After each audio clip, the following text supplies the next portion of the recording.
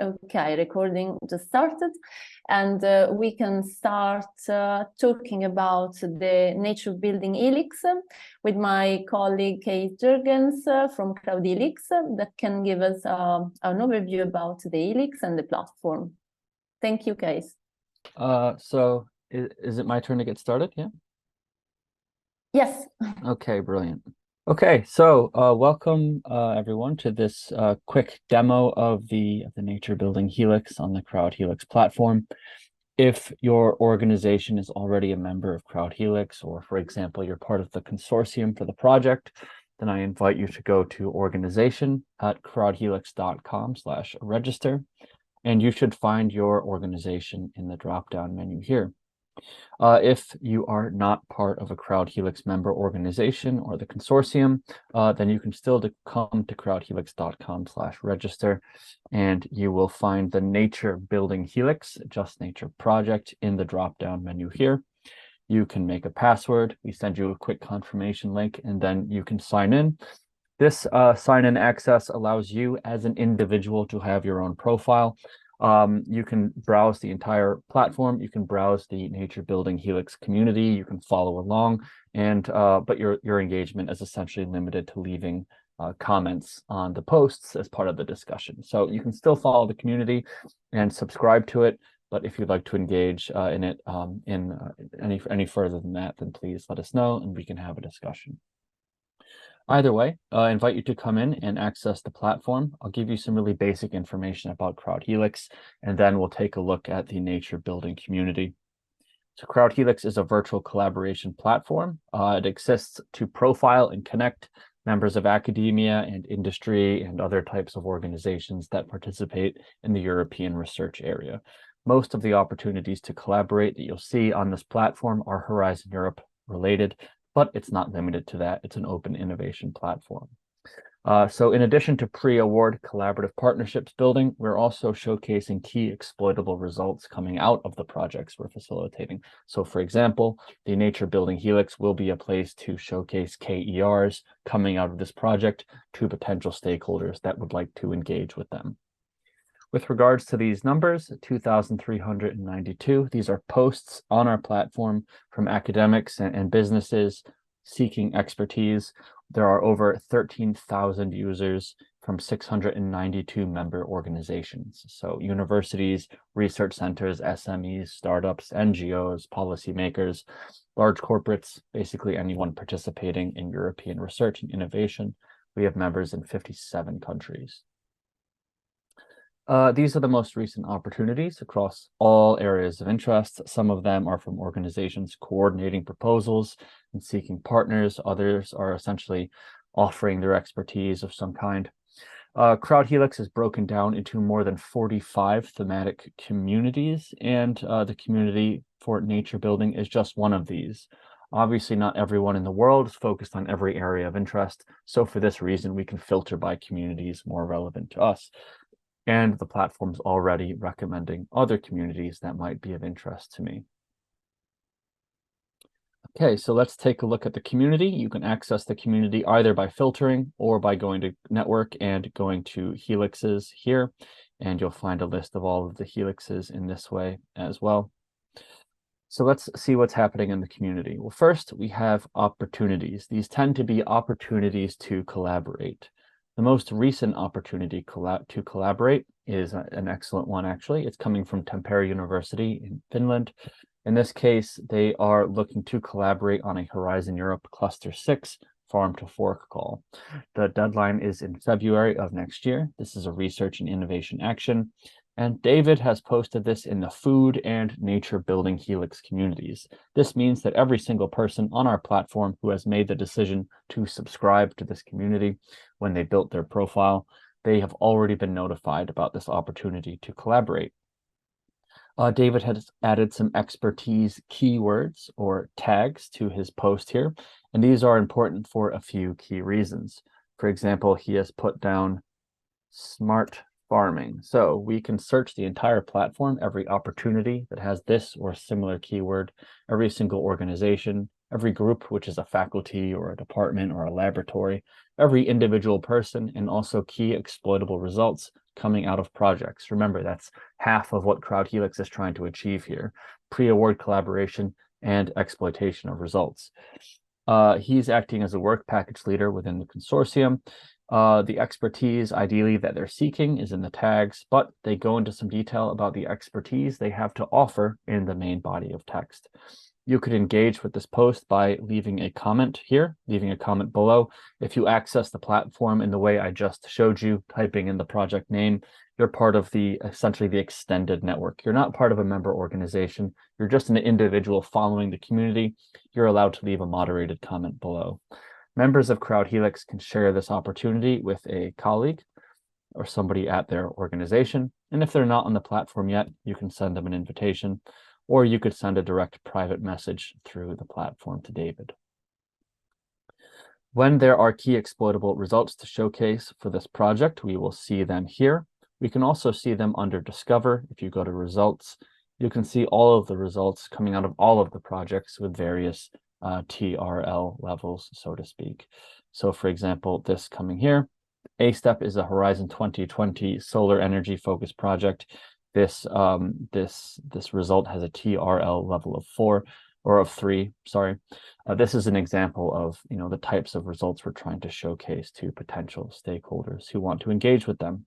And when that is true for the Nature Building Helix, we'll have lots to showcase here with your help. As part of the consortium, you will be more or less responsible for helping us post those results here when they're ready to go up. If we click View Helix, well, then we have the landing page for the community. Why was it created? Some background, some scope. What's happening in Horizon Europe? We have mapped over 287 researchers from 38 countries to this community since we launched it. So currently that is the reach of the posting that you do in this Helix.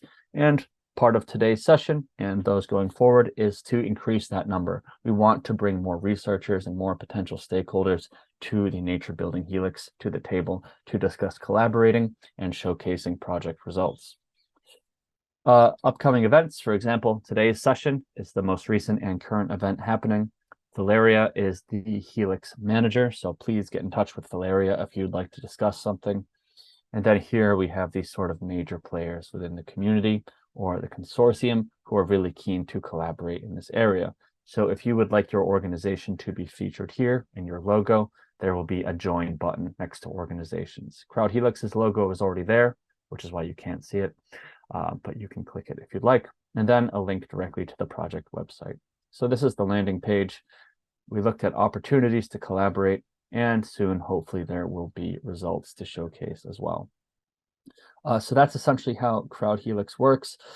Member organizations, as I said, they join CrowdHelix at the top level. They subscribe. Their university has unlimited number of user profiles, and they can use our platform as they see fit to facilitate collaborative partnerships. Individuals profile themselves as well, like this gentleman, David.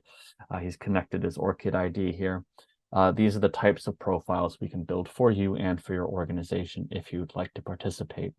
The idea is at the end of 12 months, we have multiple success stories that we can showcase from your organization. CrowdHelix's track record in European funding, or the track record of our members in Horizon programs, is just over 8.8 billion. But the real way we quantify success is through reaching out to our members and asking them, were you able to find success? These are case studies or outcome quotes from SMEs, from universities, from large multinationals, discussing ways in which they were able to connect and find success through this platform. So that is that's my talk about the Nature Building Helix. Once again, if you can go to crowdhelix.com/register, you'll find your organization in the drop-down menu if you are a CrowdHelix member. If not, type in Nature Building or Nature Building Helix, and you'll find the JUSTNature project, and you'll be able to access the community in that way as well. So thanks everyone for your time and attention. If you have any questions, I have about maybe a minute or two. Otherwise, thanks a lot for listening. Thank you, guys. Thank you for the presentation. So yeah, CrowdHelix is a tool to join the different actors, to connect different actors from the value chain of nature-based solutions. And so I invite everybody in the call, in the webinar, to join CrowdHelix to get connected.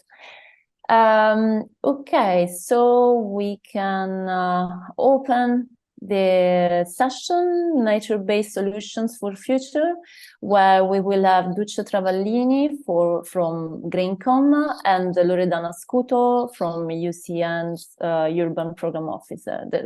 She's the Urban Program Officer from UCN.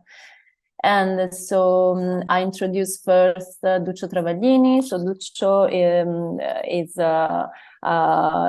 the top voice, Next Generation 2023. So he can give us a very good sight about what the younger people, compared to me, for instance, think about climate change and the nature-based solutions.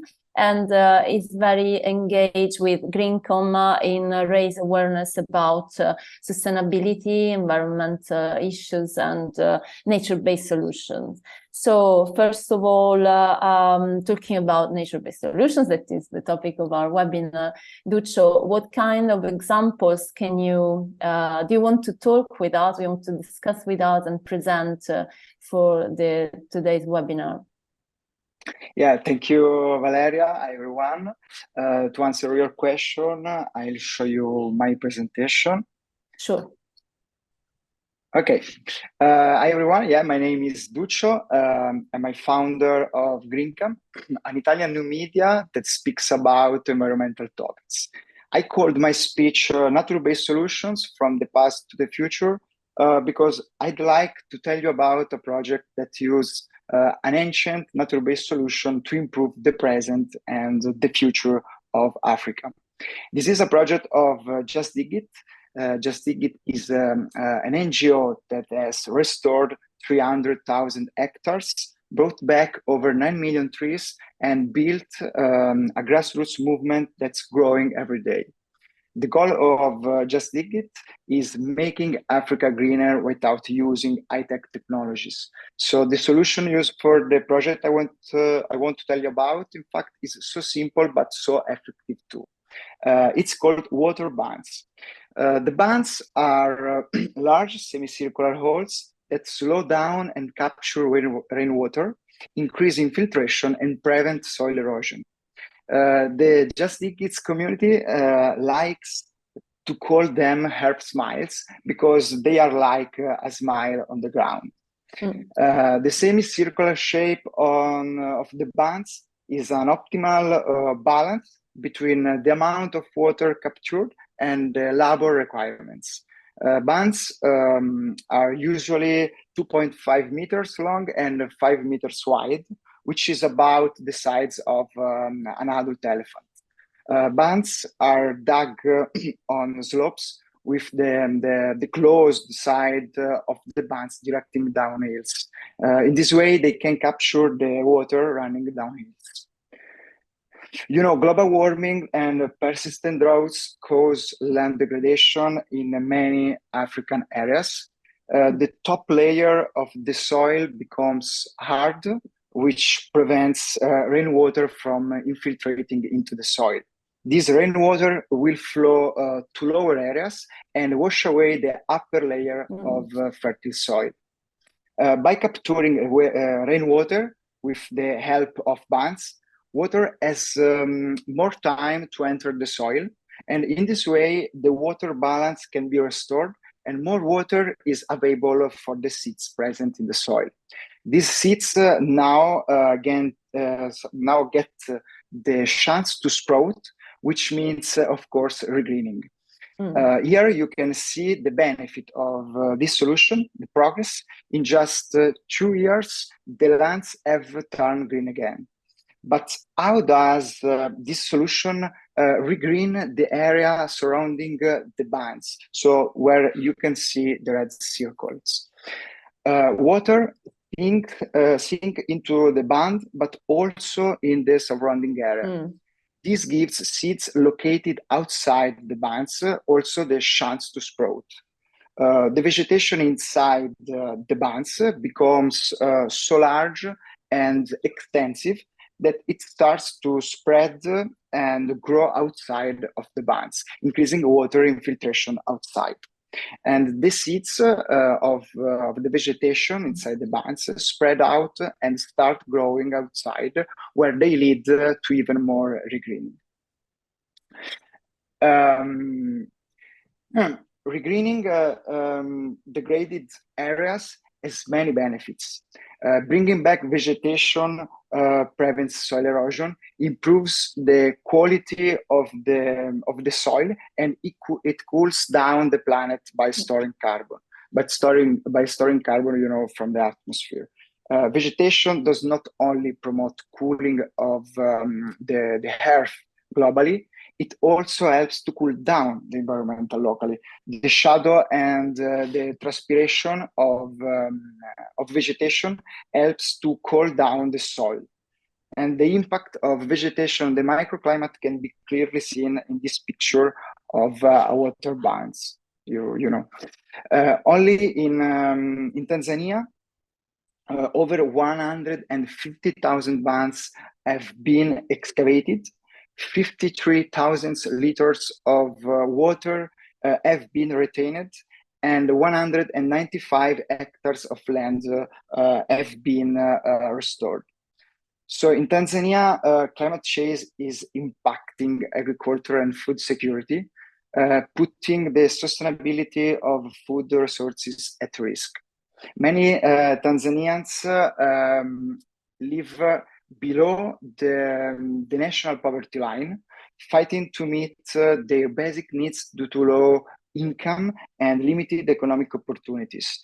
In addition, gender-based discrimination is prevalent, with women and girls facing challenges such as gender-based violence, limited access to education and employment, and reduced political participation. But thanks to this project, many farmers have brought their lands back to life. 90 women are involved in the grass seeds banks, and the incomes from this job serves as an alternative livelihood, making the women more independent. In the end, over 29,000 people benefit directly from this project. So this project proves how nature-based solutions can have positive effects, on the environment, but also on the social and economic sphere.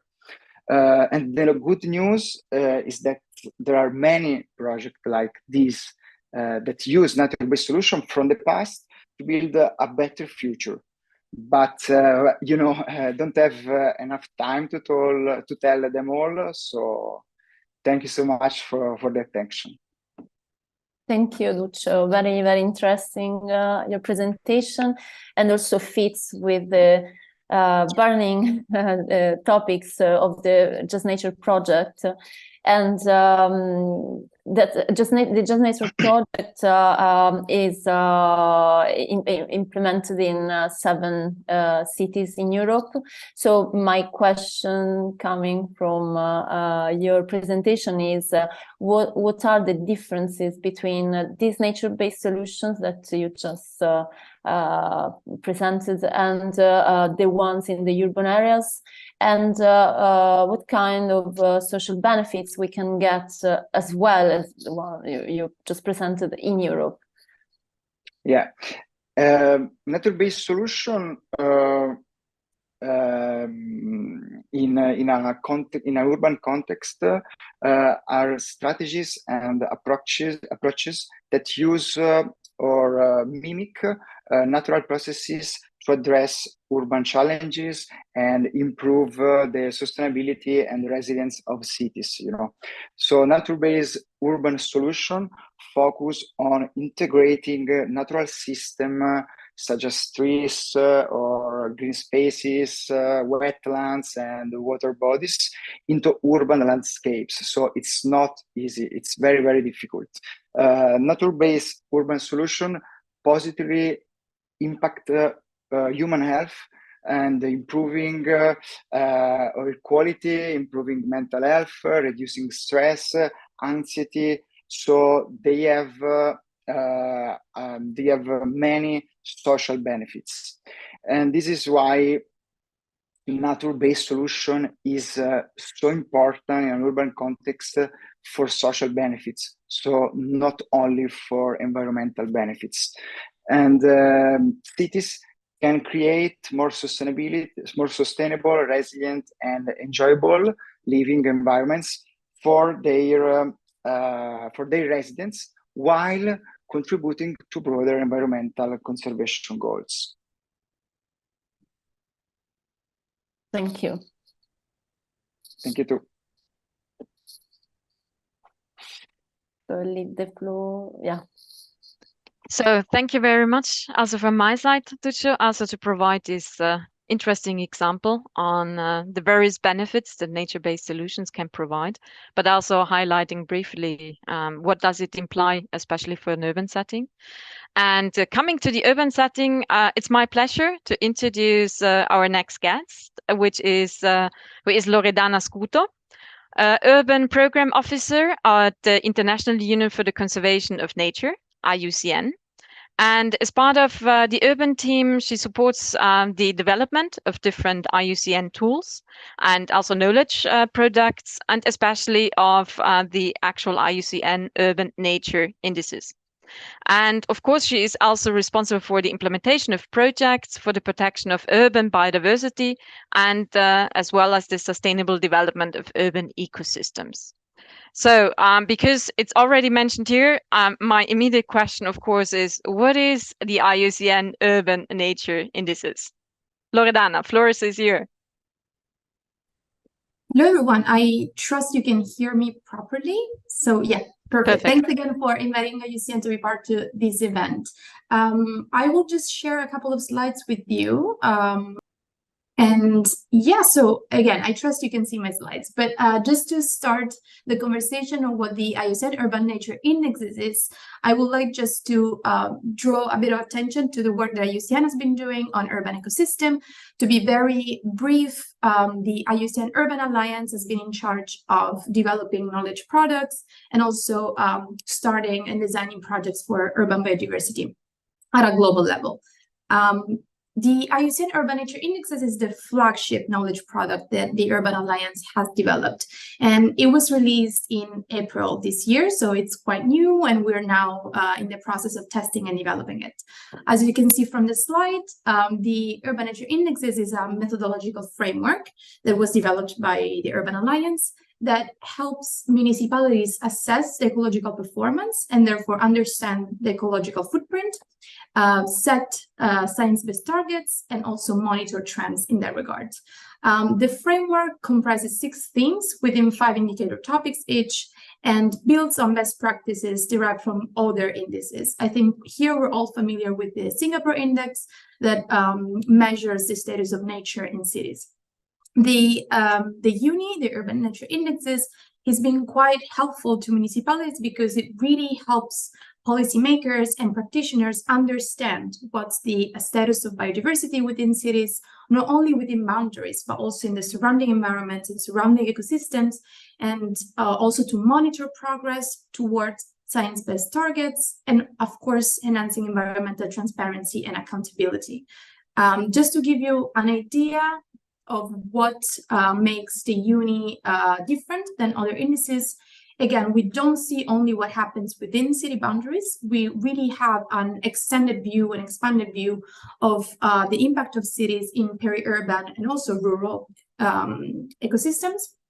We have also flexibility that's at the very basis, at the very core of the indexes, because compared to other frameworks that are not as flexible, the indexes really apply to and adjust to the needs, resources, and allocated staff of municipalities. And therefore, we really have an adherence to what's the reality on the ground, what are the resources, and also the programmatic priorities of different municipalities. And therefore, cities can really tailor their framework to their needs, while at the same time ensuring a standardization of results. And Just to respond very briefly, this is the structure of the urban nature indexes. As you can see, we have 6 themes.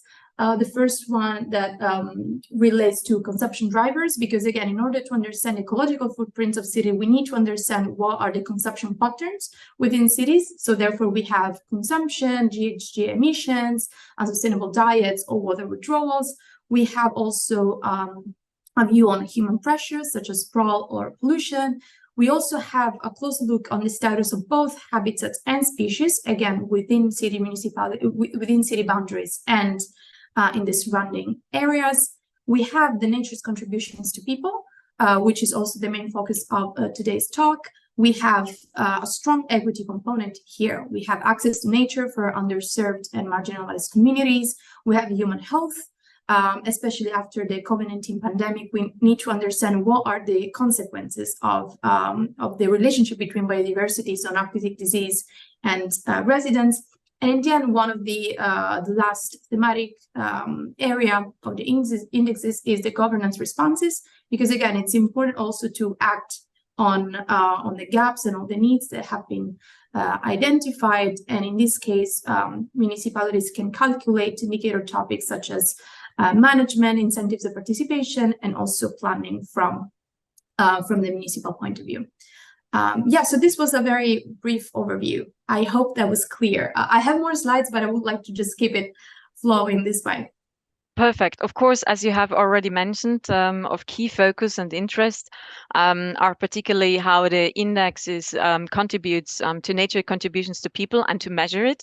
So I would be particularly interested to know a little bit more about how this works and what exactly does it imply. Could you provide some insight? Perfect. Thanks. One of my here.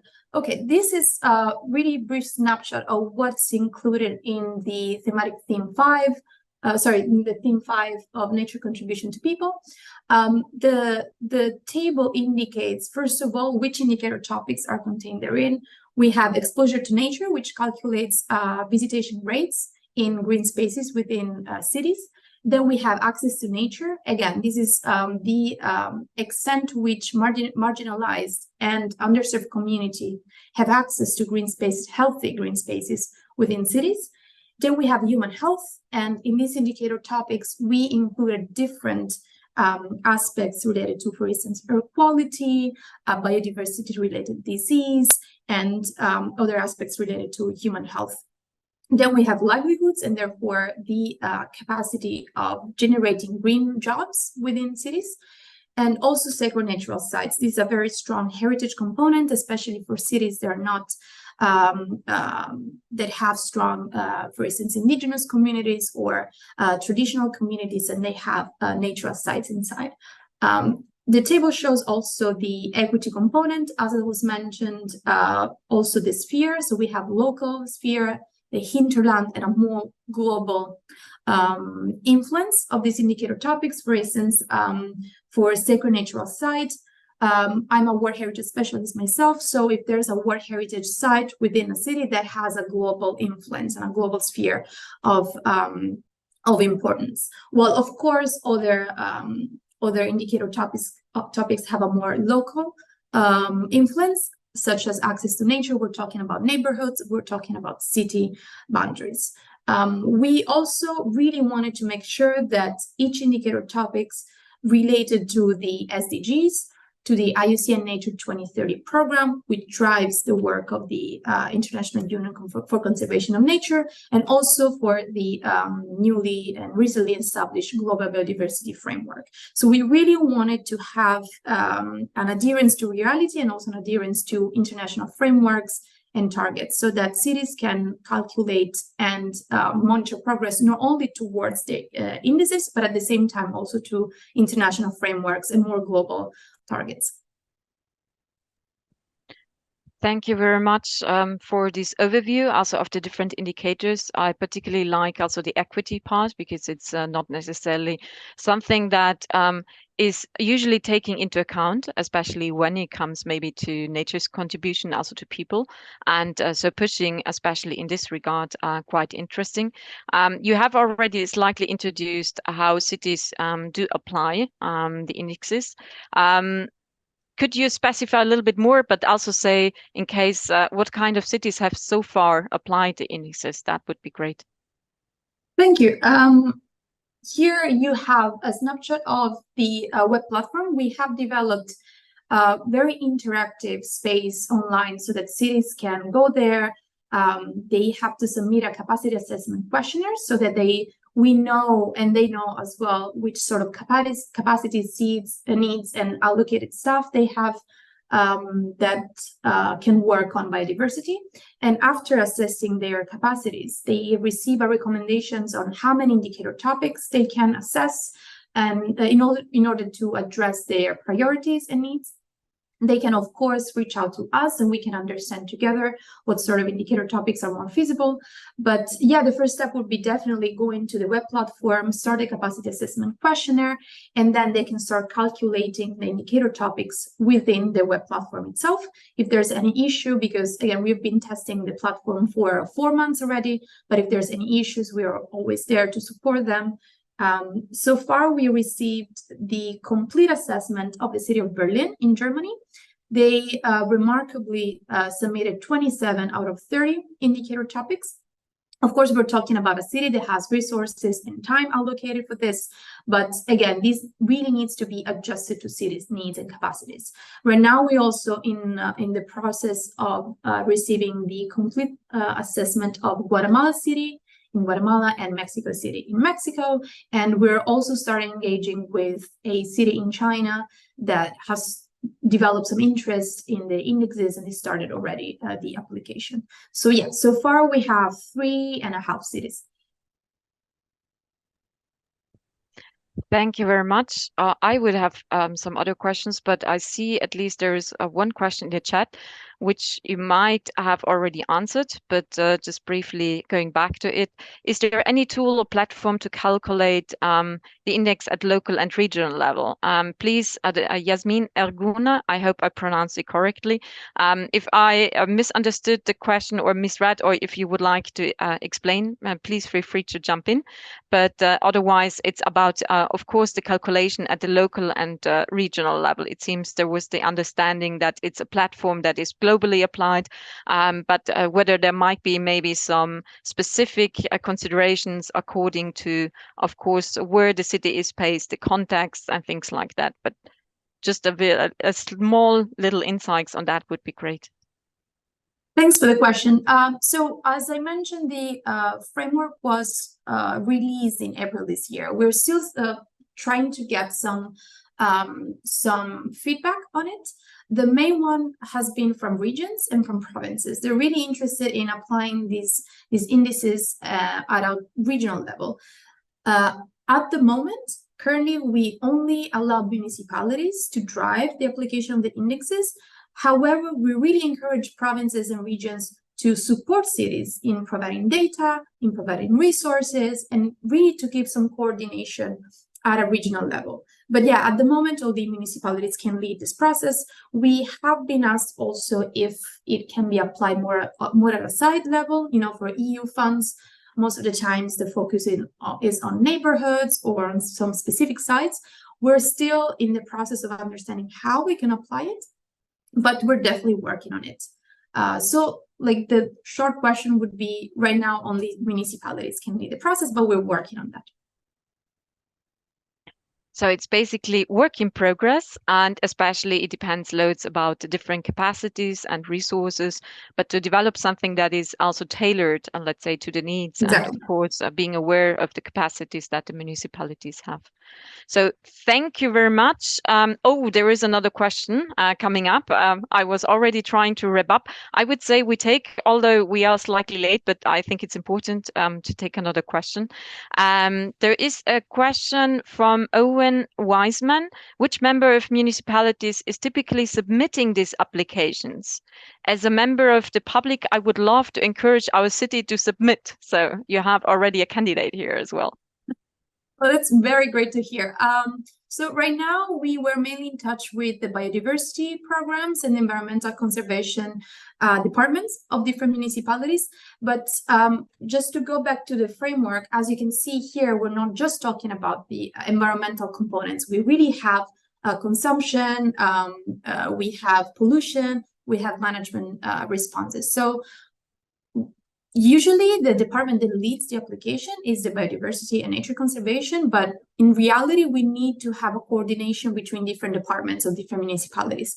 Unfortunately, the public and the communities cannot at the moment drive and lead the application of the uni. They can, of course, advocate for that. They can ask for its mainstream into policies or programs within their municipalities. But yeah, the efforts need to be driven by usually the biodiversity department. But again, we're talking about interdepartmental collaboration, and it's definitely something that takes up resources and time. So we are very aware of that, and that's why we want to tailor it to cities' needs and resources. Thank you very much, Loredana, and also to answering to our questions. We will see whether some further are popping up later on, and maybe to add to that as well. But otherwise, feel free also to chat with the people and see whether there is anything coming up. I'm passing on and getting to our next presentation and our next session, which is about showcase of nature-based solution from startups and SMEs. And of course, after we will also further assess having some time for Q&A. So please use the chat as much as possible. And Valeria and myself will be trying to pick up your questions and, of course, getting back to those. Please give a very warm welcome to actually one of my colleagues and the first guest of this session, Chiara Pellegrini, Senior Researcher of the Institute for Renewable Energy at UREC Research. Chiara works on energy and innovation policy and governance, sustainability management, entrepreneurship and innovation, so quite a lot, especially in the energy sector over the past years. But she has been working on several European projects and, of course, has been leading especially on activities, innovation and business engagement in the twin transition. And one of her key interests is, of course, also the whole innovation ecosystems when it comes to nature building and nature-based solutions. So I'm kicking off my questions because I have been using quite a lot of different buzzwords and concepts. But as far as I know, you have been especially working, of course, on entrepreneurial activation process when it comes to nature-based solutions. So my first question, obvious, what is an entrepreneurial activation process? Hi, thank you, Sonia, for your question, and good morning to everyone. Let me share my screen. So I have a brief presentation. So what is an entrepreneurial activation process in nature building? We define it as an inclusive, evidence-based and continuous process of stakeholder engagement that try to connect the different stakeholders in a cities to activate what is called the local innovation entrepreneurial ecosystem, with the goal of creating new market and business opportunities related to nature-based solutions. In the JUSTNature project, we structure this entrepreneurial activation in 4 main steps. The first step is to map, so trying to understand what are the existing stakeholder groups and entrepreneurial actors in a city that are working on nature-based solutions. The second is to try to explore what is the urban economy and what are the social environmental factors that can be related to the nature-based solution sector. So challenges that can be addressed through nature-based solutions. The third is to get this knowledge to these nature-based enterprises, to get them engaged directly. and try to better frame what are the needs for nature-based solutions in a city. And then finally, based on this collection of knowledge, the idea is to develop a plan, a strategy, and a monitoring system to engage these new businesses, these entrepreneurs, and start gradually together developing the nature-based solution sectors in a city. So that was my first point on nature-based activation process. Can you maybe briefly explain why you think it's important, in particular for nature-based solutions and activating entrepreneurship? Why do you think it's a key issue to focus on? Yeah, thank you, Sonia. Because the market demand for nature-based solution is growing quite a lot. It is expected to double by 2030. In fact, we can see that there is a growing investment by several actors in nature-based solutions. And this growing investment and demand requires a growing supply. But actually, there are challenges by cities, especially in finding skilled and experienced suppliers in the nature-based solution sectors. And especially, there is the problem on maintenance and financing of nature-based solutions, especially over the mid-long term. So there seems to be a kind of lack of suppliers that needs to be found in order to support this growing demand and investment in nature-based solutions.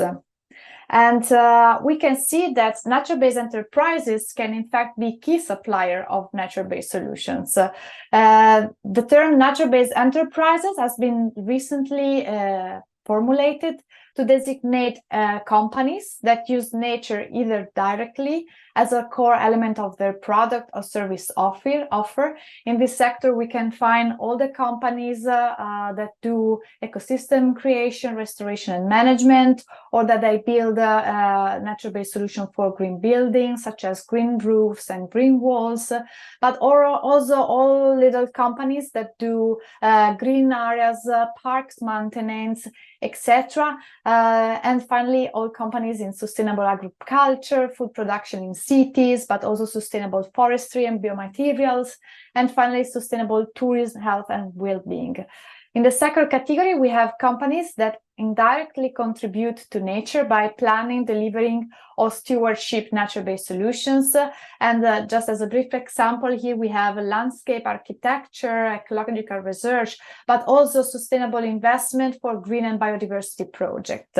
All these categories are very important because they kind of help supply nature-based solutions and growing this sector. So basically, you're referring to it as kind of, and here it's already on the next slide, on a title, as a kind of an ecosystem. But I was wondering, how is this ecosystem actually evolving, and how do you form it, and especially in relation to nature building? And one tough final question, which I'm adding as well, is of course, knowing that JUSTNature is focused on justice aspects as well. What does that imply in relation to questions of justice? Okay, yeah, thanks for your question, Sonia. So first of all, in trying to developing this nature-based entrepreneurship, we use a local entrepreneurial ecosystem approach.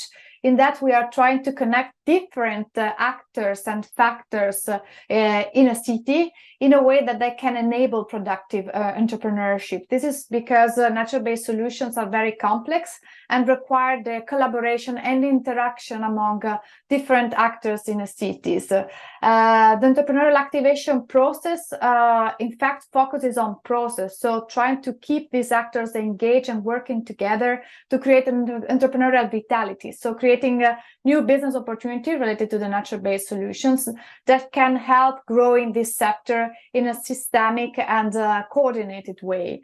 But now let's go to your final question about justice and nature-based entrepreneurship. That's a very key issue. So I try to answer highlighting through the three main points that tend to characterize nature-based entrepreneurs. First of all, they are strongly committed to sustainability, and they intrinsically try to address the triple bottom line in their business operations. So they explicitly address social value creation, environmental value creation, and economic value in their business activities. The second issue is that they are closely related to the territories and local communities, so they tend to be more sensitive to their social and environmental challenges. So this capability of a better understanding the context in where they operate makes them more aware of justice problems that may arise from the development of nature-based solutions in the cities. And the first issue is that nature-based entrepreneurs are keener to use co-creation and participative approach in the design and implementation of nature-based solutions. This helps them to be more sensitive to these justice issues and try to address them in a way that make all citizens included in this development of nature-based solutions and in the benefit that nature-based solution can provide. I hope to have answered your questions, and this was my last slide. So thank you for your attention, and if there is any question, I would be very happy to answer them. As you might have noticed, my questions were quite targeted. So please use the chat function if you would like to get a better understanding also what it implies when it comes to activating entrepreneurship. And of course, I will be picking it up after the next presentation so that we have a sufficient amount of time of combining the different answers and questions as well. So use also this time in case if you have some more concrete questions to please include them in the chat. So thank you very much, Chiara, also for your presentation. To our next guest is James McConville from Accelerating Change Together. James strives to accelerate the green transition across the island of Ireland. So trained as an architect, very interesting also from the background, he has a passion for sustainability and the built and the natural environment. And he has over 10 years working with public and private clients, both nationally and internationally, and brings across a disciplinary approach to works. And I think that's a key issue when it comes especially to nature-based solutions. So, of course, immediate questions. What are the main barriers to change for the implementation of nature-based solutions? Please go ahead. Yeah, hi, thanks very much, Sonia. Maybe I'll show my pitch and then answer to that maybe a bit. You don't want to start obviously with the challenge, maybe start with some of the opportunities. Yeah, just, the guests so far have been amazing presenting their different aspects. I really liked Lorenda's and Ducio's at the start. But I guess I'll do more of a different presentation where it's like a bit of a kind of a tour de force where I'll just fire out all the projects that we're doing that involve in different elements nature-based solutions, and then I'll finish with one thing that I think we're all talking about, which is impact, and a digital tool that we've created that helps you map your actions, whatever they are, nature-based solutions or anything, but look at a holistic response using the SDG targets as the North Star. So we call ourselves ACT. Sorry, James, before you start, can you put in presentation mode? Oh, sorry. Can you set the presentation? Thanks. Is that there? Yeah. Yeah. Okay.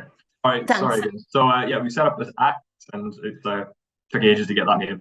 See, setting up a company between getting the domain names and getting all that, we chose ACT because it was accelerating change together, and the idea is the urgency of now.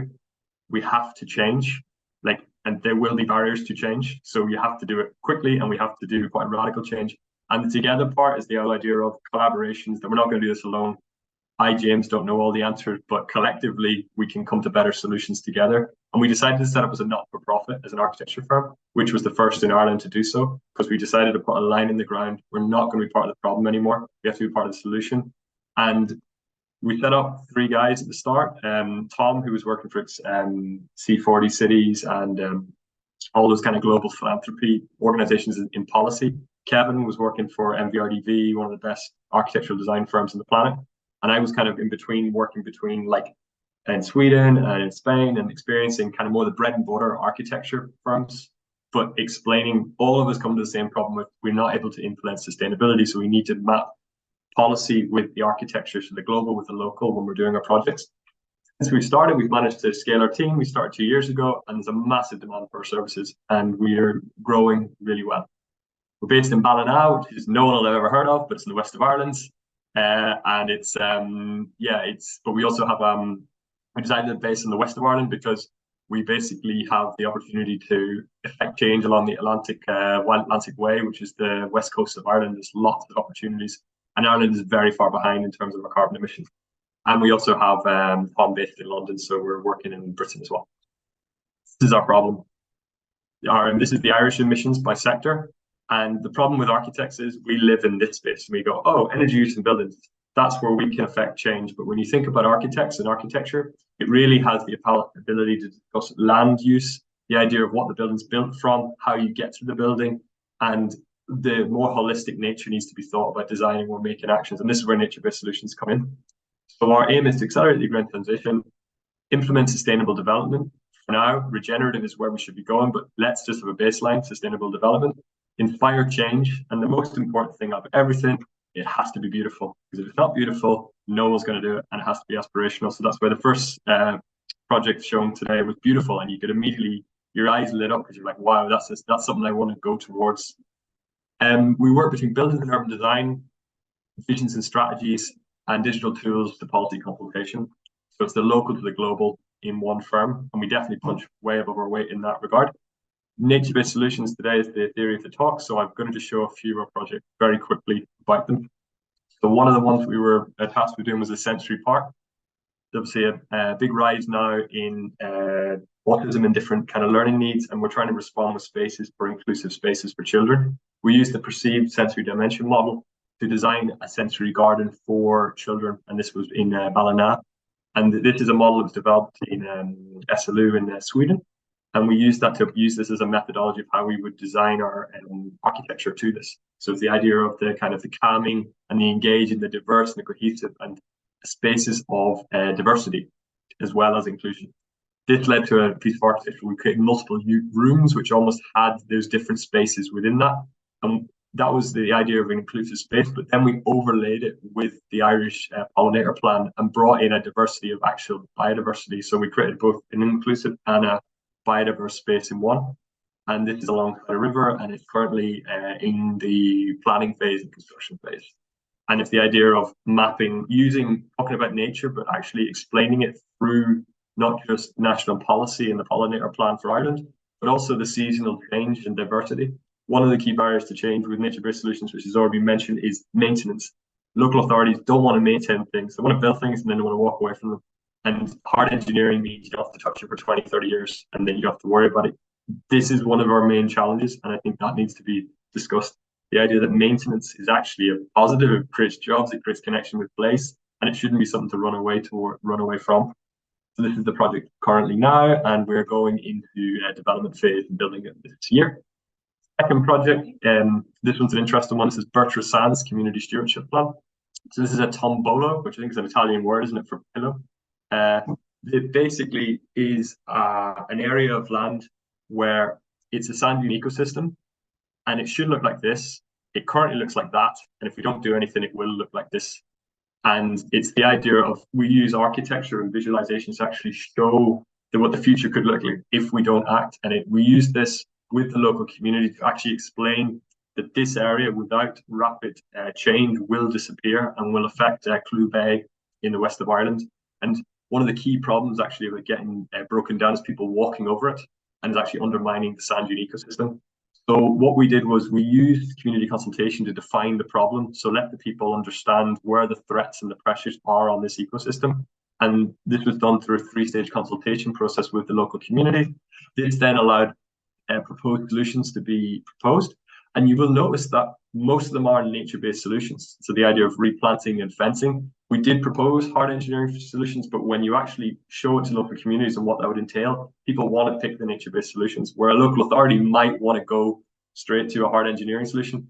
The local community on the ground want to do nature-based.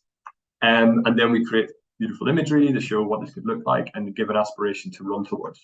Create a document which is now in the next stage of funding, and we're actually developing a whole course along the west coast of Ireland for nature-based solutions.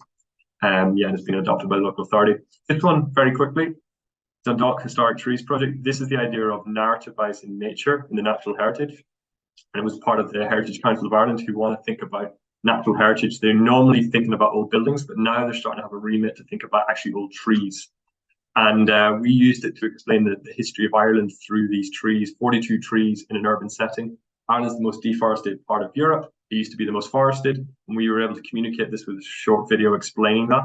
And this county of Ireland is actually the least tree coverage in all of Ireland. So it's actually like, if Ireland is the most deforested place, this is the most deforested place of Ireland. And we were able to show that this place in Dundalk town, where there is the colours represent the different species, we were actually able to communicate the trees that are there through species, through the story of Dundalk, where they sit within the rest of the community. And we've got a QR code, and I'll drop it in the chat of the read video that explains it. But it was the idea of mapping it digitally, creating a story, narrativizing it, and getting people in the local community interested in this piece of trees. And it was very well received by the local community. And it actually, we used Google, something simple as Google Maps, to actually map all the existing tree protection zones in Dundalk town. So you discover one area, you can discover the others. So we actually treat sacred what we already have in our community. There's a wee video, and I'll drop it in the chat after. This one is a new European Bauhaus project, Ripple. It's the idea of looking at water. And this one is, again, looking at, in Ireland, we build housing estates, and we have a 12% rule for green space. We usually make that inside a roundabout. We drive the cars around, and we have this big green space. And they're all across Ireland, this typology. So we looked with the local community to design what we could do to deal with flooding. That's a big problem in Ireland. Obviously, it's been raining a lot. And this led to the development of Paradise Garden, which through community consultation and co-design was designed and developed to actually act as an attenuation pond for the local community, but as a scalable solution that could be used across sites across Ireland. So we're always thinking of every action we do, how do you scale it? How do you scale it? How do you scale it? It won the first one for Ireland, a new European Bauhaus Reconnected with Nature category a few months ago in Brussels. So it's great for Ireland to get a win, and also for Ballina as well. It was done with UCD in Dublin. And it's just opened up a new project we're doing, which is looking at creative climate funding. So the idea of how we could reutilize water in our town centres and see it as an opportunity, not as a problem. So it's called the Cascade Project. And then the final one, which I want to show you, is this idea of scaling impact. And I think we've touched on this in a few of our discussions, but we've built an online tool called the Accelerate in Action tool. And it's actually using what Tom and ourselves have realized, that we need to build better briefs. And the scoping exercise at the start needs to be done in a holistic manner. What's the best framework to do that? People are creating loads of frameworks, indicators, but the problem is that's getting more and more complexity. We already have a framework that everyone's agreed to for 2030. It's the SDGs. How do we actually lean into these and just run with them and create a methodology that can be done and actionable very fast? So everybody knows what the SDGs are. There's 17 in like direct and indirected indivisible goals. The problem with the SDGs is they're so beautiful and so holistic, but they are all interconnected. And this, by breaking them into 17 goals, you kind of reduce them a little bit. And people think, well, I've got the health and well-being one, so that means I do this. Whereas health and well-being is connected to cities, it's connected to water, it's connected to gender equality. So we've built a tool that allows you to see not just the goal, but more importantly, the targets, because the targets is where the action is. And the fact that we've used this in our own projects, and now we're scaling this and licensing this to other companies and organizations to use.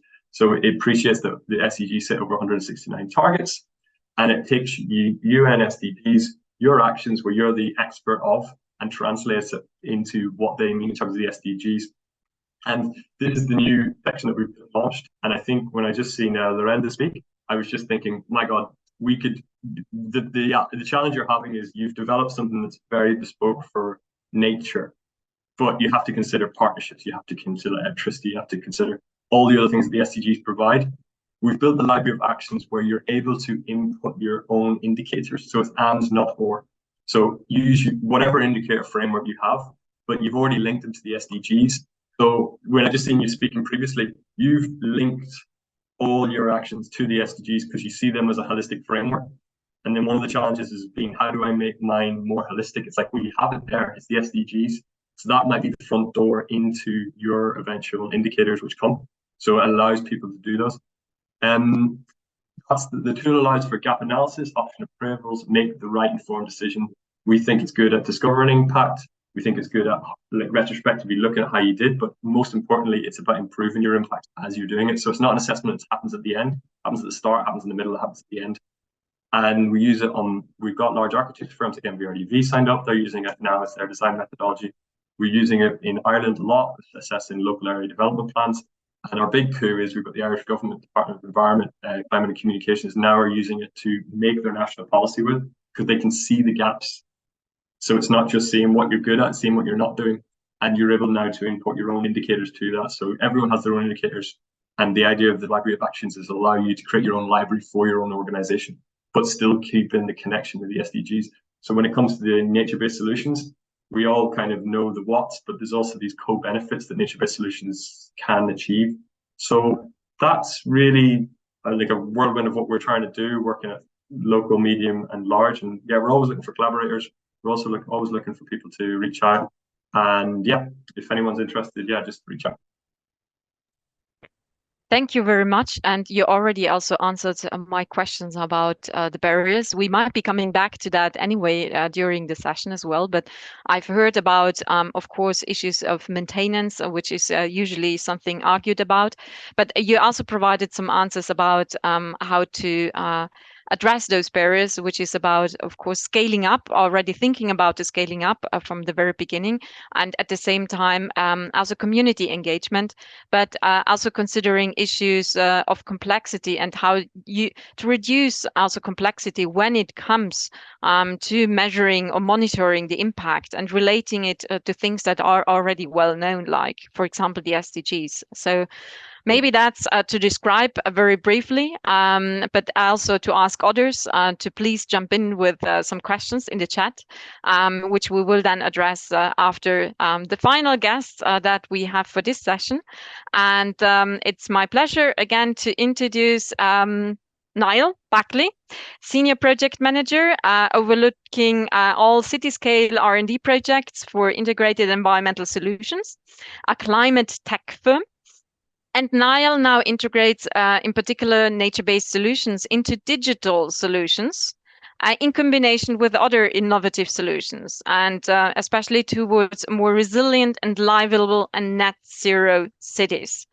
So the floor is yours, Niall, and of course, also wondering digital solutions, how accurately can those actually be? And what does it actually mean, digital solutions, when it comes to nature-based solutions?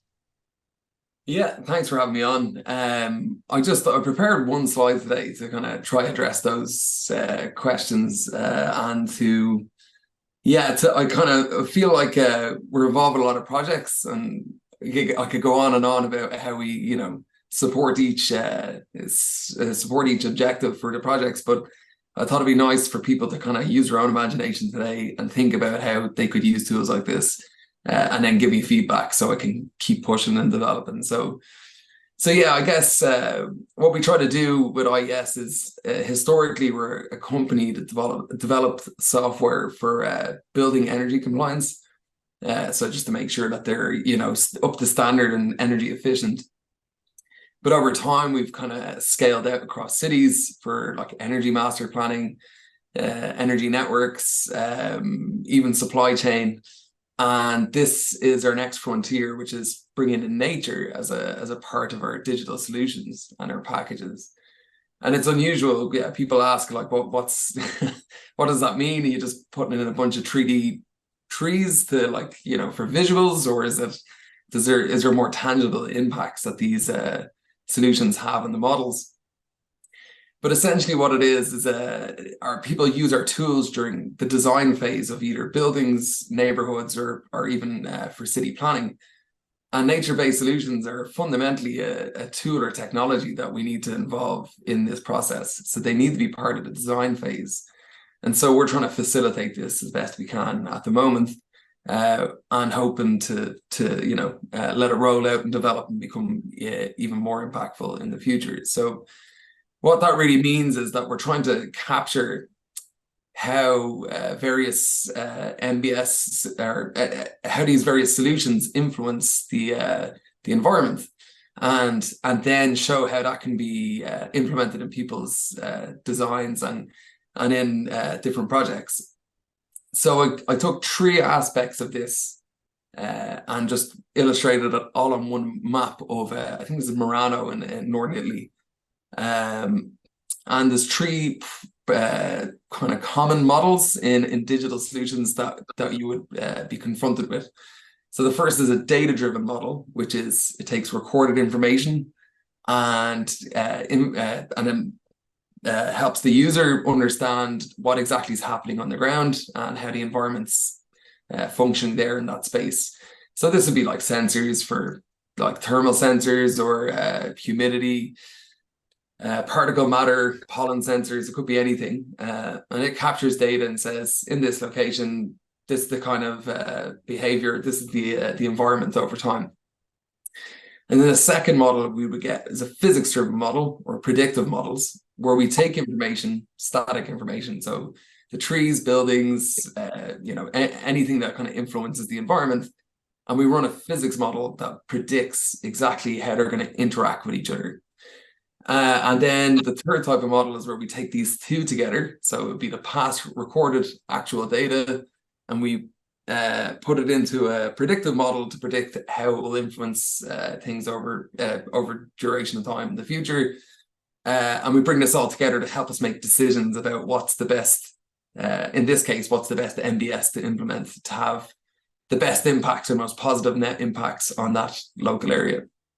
So they're the three kind of models that we kind of focus in on at the moment. And they have various degrees of accuracy and functionality. But fundamentally, as I said at the start, what we're trying to do is capture nature, capture these solutions. So designers, and whether it's architects or engineers, whether it's planners, public or private bodies trying to implement these solutions, it's to give them the understanding of how they can actually influence and hit their goals that they're trying to achieve in each site. And to give a quick example how these can work is a lot of the time it's a tick box exercise. So people think, okay, I need to hit X amount of green space, or I need to hit X amount of green solutions in my project, which could be a campus of buildings or just a square, public square. And so in this, they might just like order a ton of bamboo to go around all the facades or outside of the bordering areas, and they might order different species of plants that are very aesthetically or cosmetically pleasing, but actually work against the local biodiversity, don't really add much in terms of thermal comfort, and over time become a maintenance issue. Where it's not so much something that's easy to maintain and can cost more money in the long run. So it's about being able to implement the correct MBS at the design phase, and then being able to understand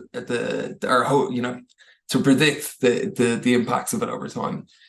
And so that's ultimately what we're trying to do as an SME, and that's what we're doing with MBS. We're trying our best to emulate it in a digital solution and then give it to people to use it in an appropriate way. So so I'm trying to keep it that the rest it's up to anyone else to have a look and think, how could I use that, or is this going to be functional for a project for me? So I can just take questions on that. Perfect. No, thanks for providing this overview. Of course, me being an ecologist, I'm always wondering to what extent they can really mimic natural processes as well. But you have already explained that it's basically about maybe looking into some particular sites rather than developing something that includes the entire city, especially when the complexity increases. And of course, you have already also said when it comes then how this is adopted, that the key thing is to define the objectives maybe first, and what a city plans to do with this kind of digital solutions to be defined. Otherwise, also here, the danger is getting lost, of course, in the huge amount of data that might be collected, but also to get something useful and useful tool out of it, if I understood. Yeah, that's it. Okay, it's like the SDGs are really good as a broad church, to hit some goals. But I've had a lot of conversations with people from backgrounds that are different than mine, or like from ecological backgrounds, and one of the key things they say to me is that it's not as simple as mimicking nature. You actually have to increase the local biodiversity. So you can't just come in, like the bamboo is a great example, because it's not in an Irish case study, that's just not a natural or a native species, and it actually can become hazardous and have a negative impact on the local diversity. But engineers are just like, this mechanically suits our needs and ticks some boxes, so let's just stick this in. And in the design phase, it's really important that we set those boundaries and set our goals to make sure that we're all pushing in the right direction. So I think it nicely connects also to the previous presentation where we had about beautiful, but also here, not necessarily always looking into the engineering solutions, but of course also when it comes to biodiversity and aspects like that, to take those into account as well, and take also the different needs into account. I'm stopping here from my side. I haven't seen anything popping up in the chat so far, because we are anyway running a little bit late. I ask people, please, in case, just drop your questions into the chat. And I'm sure Niall, James, and Chiara will be here also to further answer some of your questions. But I give the floor back to Valeria. Yeah, we move to the next session. It is also the last one. So the session is the nature building helix and the investment ecosystem for nature-based solutions. And the presentation of Niall actually can give us a good link to open up with this new session. Because basically the digital twin can help to identify in advance how much a solution can work, how much a solution can meet the expectations of digital nature-based solutions. And this is quite a good introduction to our next speaker, Marian Gazdik from G-Force. G-Force is a pre-seed venture capital. So you are used to risk, to get some risk when you make investments on startups and on new innovative solutions. And yeah, the question would be basically how do you choose the technologies in, of course, in the field of climate tech, to invest and to let a startup grow, because this is very important in a project, because what we are working on exactly, and Chiara spoke about this, and also Niall, is how we can support the building of an ecosystem, of economic ecosystem of nature-based solution startups. So the floor is yours, Marian. Thank you, Valeria. Very good to be here. Thank you for the invitation. I can maybe say a few words about what we are trying to do and why we are doing this and how we are doing it. So we are a investment company which is investing in early stage companies, which is at pre-seed stage, which is very early. So we try to identify technologies which have a potential to help the planet fight climate change with technology before these changes become irreversible. And from what we've heard so far, nature-based systems are great. What we are trying to do is amplify these nature-based systems with technology and achieve results as fast as we can. And the way we do it is based on three key elements. The first key element is we identify companies which have promising technologies on the way to fight climate change. And the way we decide whether these are companies for us or not is very simple. A, these technologies are scalable, and B, these technologies have a potential direct impact on lowering of greenhouse gas emissions. And once those two conditions are met, we then look at the team and some other criteria. And we have a bit unusual approach because we invest globally, so anywhere in the world. What is our mission is to identify the best possible, most promising technologies. We don't care where they're from. We have companies in Brazil, in the US, in Finland, all over the world, and then help them scale globally so we can feel the impact of these technologies globally. And these three elements I started to talk about is we invest cash into companies. We give them $250,000 to invest in developing these technologies. The second part of what we are doing is we provide very strong operational support. And to make sure we provide a very good quality of support, we have teamed up with a London-based organization, which is quite famous globally, called Founders Factory. Founders Factory invested in over 300 companies to date, and they have about 50 experts on all aspects of startup building. And after we invest in a company, we then dedicate roughly 5 experts to work on every single company where we invest for at least 6 months. So that's the second part, for strong operational support. And the last part, what we do, which makes us as a venture capital investor quite unusual, is we have a team of public funding experts at G-Force in-house, because the EU is one of the biggest supporters of green innovation through grants. And sometimes these grants are quite complex, but what we decided to do is we want to learn how to understand this grants game and help our portfolio companies to identify grant schemes they might benefit from and apply for them. So in our case, roughly 2/3 of the companies where we invested in have applied and successfully received one or multiple grants, because these grant schemes are helping them grow faster and fund the R&D of the technologies. So this is in a nutshell what we are doing. And we look at a lot of companies. So for example, last year, we made 8 investments in our fund number 1. We are now investing from the second fund. And to make these 8 investments, we had a look at roughly 1,100 companies. So that's in a nutshell what we are doing.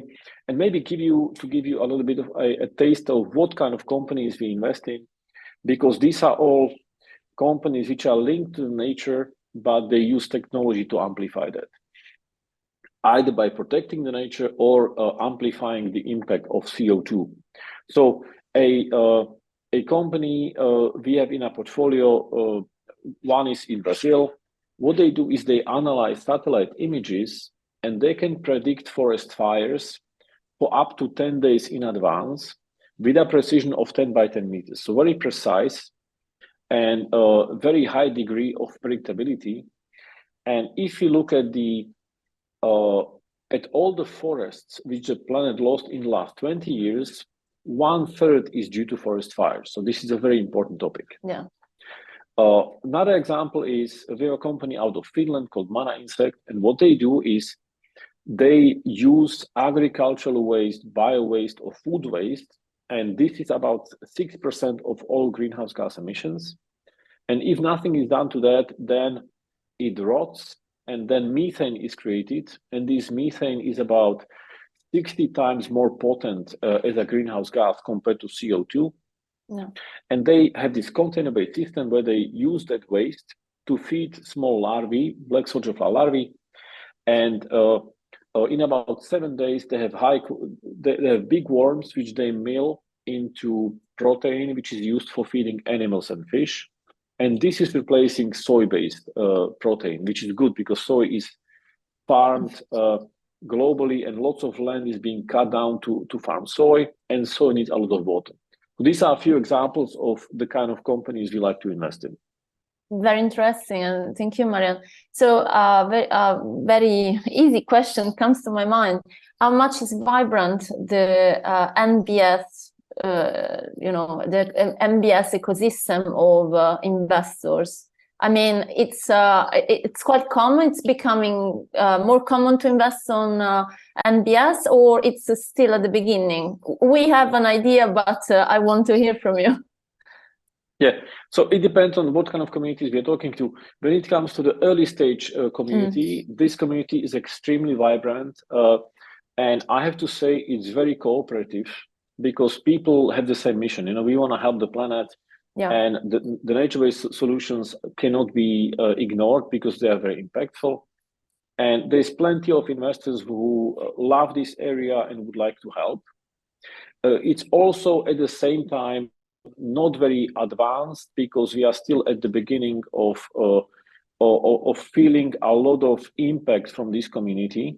and we need to better understand the exact numbers of how much helpful these solutions are and what should be the priorities. But the community of investors in this space are very vibrant, very collaborative all over the world, from what I've seen. This is very important for us because, as I said at the beginning, we are working a lot also with Chiara about the building of this community. So yeah, again, the invitation to join our digital community, to interact with us, and you know, help to engage even more startups in our ecosystem.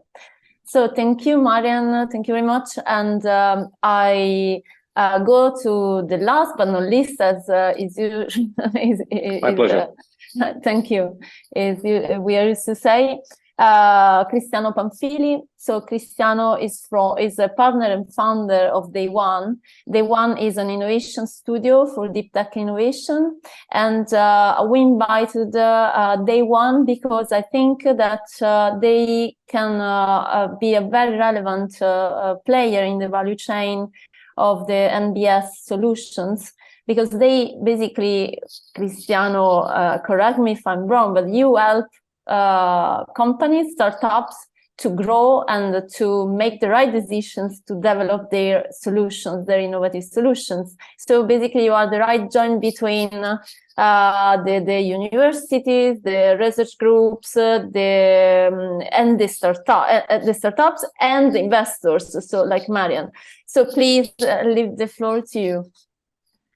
Hi everybody. Let me share the presentation. Can you see it? Yes. Can you put in presentation? Yes, here we go. So, hi to everybody. Nice to be here. We are here to present Day One, cultivating creativity and fueling impact. I'm one of the three partner and founder of Day One. Day One is a company that actually in 4 days is turning 10 years. So we can say we are quite young, but even a bit mature. We are innovation studio, and we like to say that we are everything in between research and business. Actually, our mission is to transform research into products, or even better, to deal and to team up with the researcher to convert disruptive technology into game-changing solution. How we do that? So we do that mainly. I don't want to spoiler the model. We go through deeply later on, but we have 3 main steps. So the first one is the concept validation of the technology of the solution. The second one is the product design, and third, as you mentioned correctly, is the fundraising. So these are the 3 main pillars we run along our paths with our research, because we start from there, from the research. We like to say that we are the side kick of the research. Just let me give you a snapshot of our team that I think is the key strength of our business. We are a team of about 20 people. We have 3 international profiles. 40% of our team is a female, and the average age is 38 years old. What is very important on the right side is that we built up on these 10 years a team with combined and mixed experience, and from academical perspective and as well from business perspective.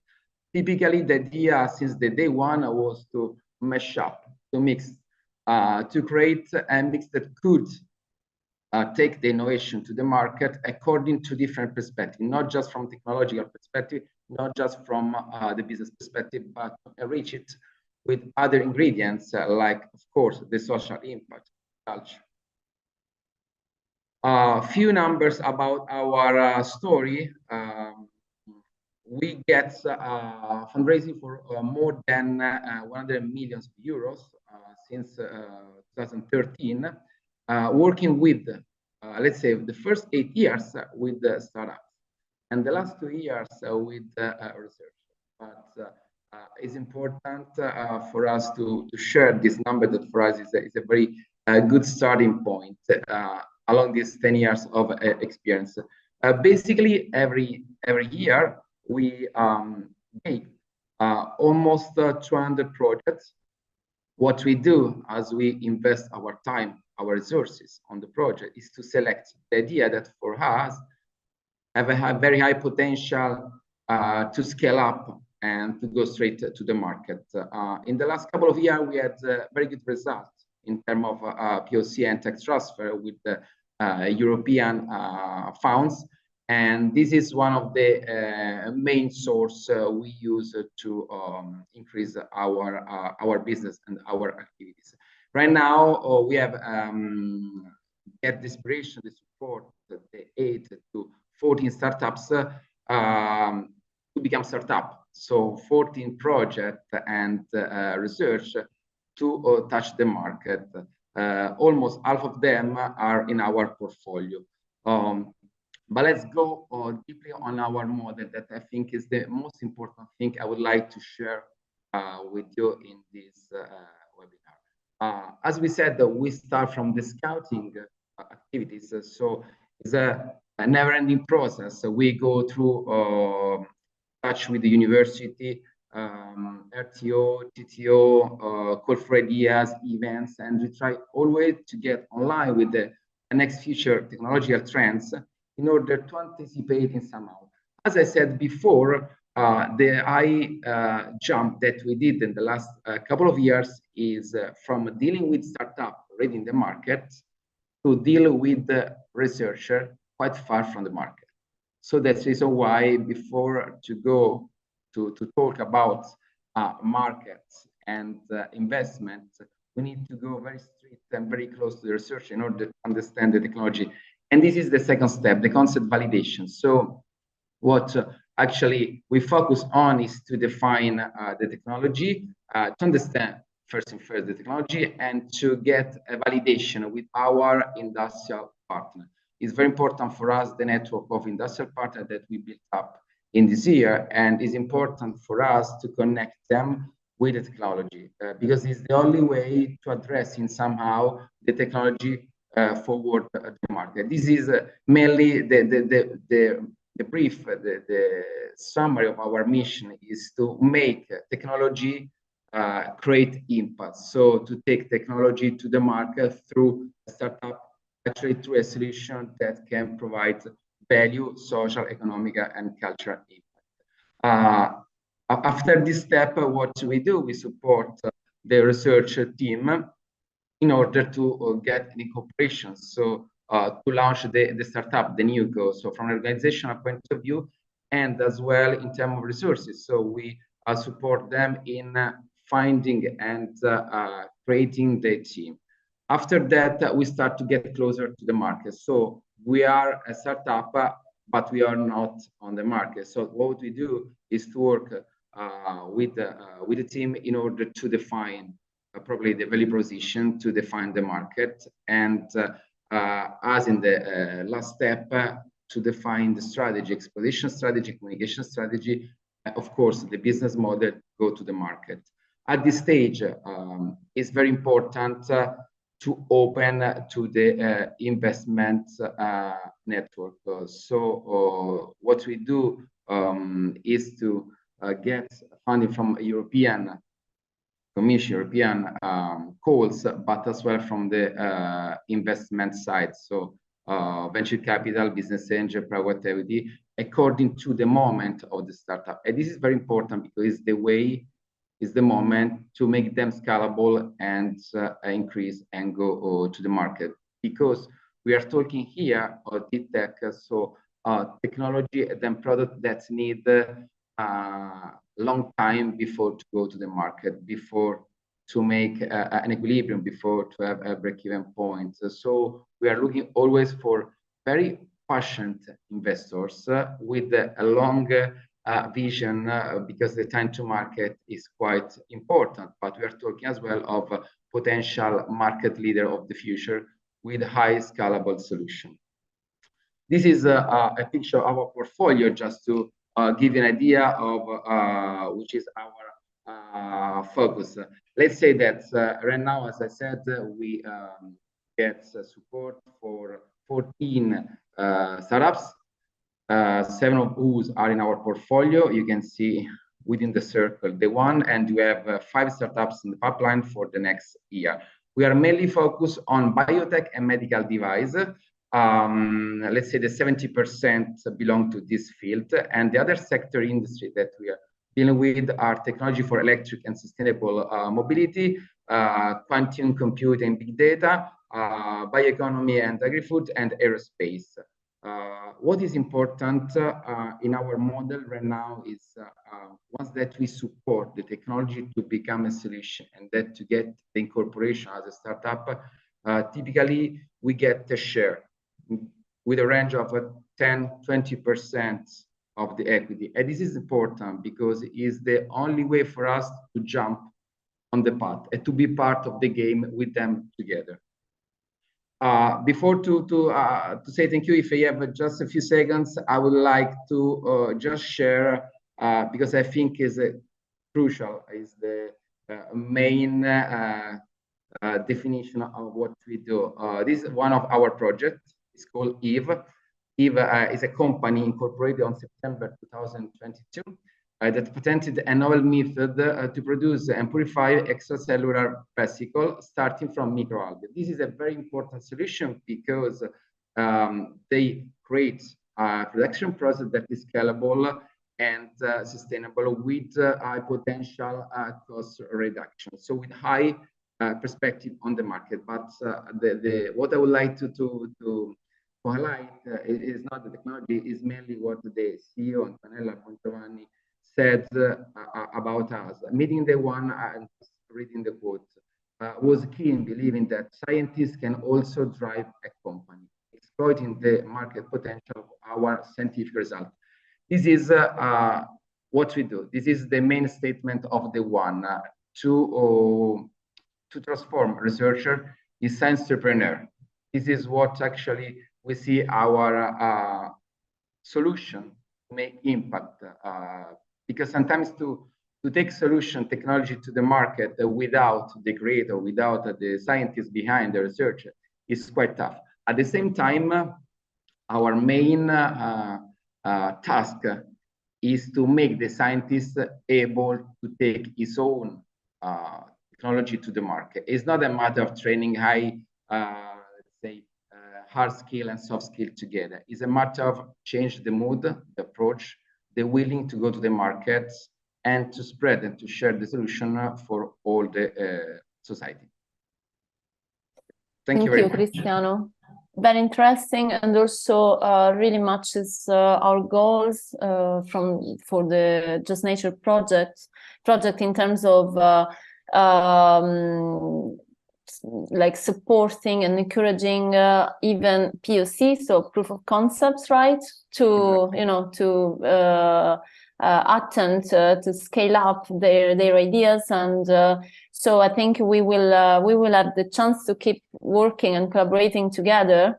And if you can help us in growing the NBS solutions, the NBS market, yeah, that would be great, and would be exactly in line with the purposes of the webinar and the purposes of the project. So thank you again. Thank you to Day One. Thank you to... Thanks again. Yeah, thank you. And so before to leave the floor to Sonia, just a very quick reminder about our participation, the participation of JUSTNature project in Brussels at the European Week of Regions and Cities. We will be there with other 8 projects, EU-funded projects.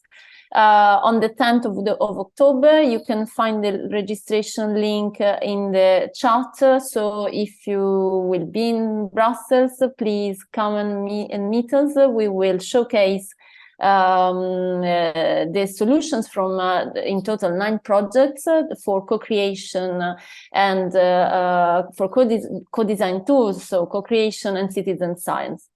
And Sonia, the final remarks to you. So as we are already running a little bit late, I will try to be short, but basically also synthesize a little bit what came out of today. But first of all, thank you very much to all the speakers and all that have been contributing to, and also providing such valuable insights, especially when it comes to not just implementing nature-based solutions, but especially scaling them up. We started with an immediate insights into project and how it's actually developed, and of course the benefits and very practical benefits it can provide. That's how the process basically kicked off. At the same time, of course, then also seeing how can you measure or how can you monitor the impact the nature-based solutions, but nature, not just nature-based solution, but nature in itself can provide, especially to an urban population, and get a better understanding what the different benefits might be. At the same time, looking also how we can activate innovation ecosystem or nature building ecosystem community, innovation ecosystem to further develop nature-based solutions, not just in relation to economic values, but also more broader social and of course environmental values. We have gathered some insights also on how to accelerate change, and I have, besides the first insight we got about the narrative and the stories to tell, also about considering aspects of beauty and how important they are when it comes to accelerating change together. I like the actual wording or how it has been named. But at the same time, of course, fostering and promoting different kind of collaborations also at the local level, at the same time having already in mind what it might imply when it comes to scaling up.